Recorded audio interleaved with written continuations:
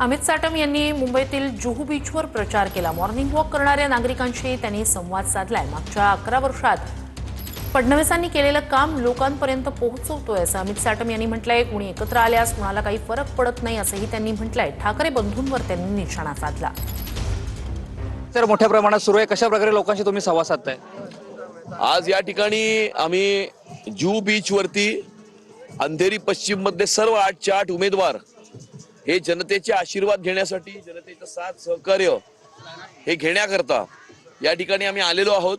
येणाऱ्या काळामध्ये 150 पेक्षा जास्त जागा निवडून देण्याचा संकल्प हा मुंबईकरांनी केलेला आहे आणि महायुतीचा भगवा झेंडा, हिंदुत्वाचा भगवा झेंडा हा मुंबईच्या महानगरपालिकेवरती फडकल्याशिवाय राहणार नाही। दोन्ही ठाकरे बंधू एकत्र आले त्यामुळे असं त्यांचं वचननामा जाहीरनामा देखील प्रसिद्ध होणार आहे। त्यामुळे कुठेतरी काय वाटतं की फटका बसला आपल्याला दोन्ही ठाकरे बंधू?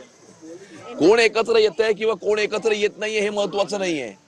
गेल्या 11 वर्षामध्ये या मुंबई शहराचा केलेला विकास, हा विकास कोणी केला? अटल सेतू कोणी केला? कोस्टल रोड कोणी केला? मेट्रो कोणी केली? सीसीटीव्ही कॅमेरा कोणी लावले? किंवा वरळीतल्या बीडीचा इथल्या मराठी माणसाला 560 फुटाचं घर कोणी निर्माण करून दिलं? हे महत्वाचं आहे। याचा विचार मुंबईकर करतील। कोण एकत्र येत आहे किंवा कोण एकत्र येत नाहीये हे महत्वाचं नाही।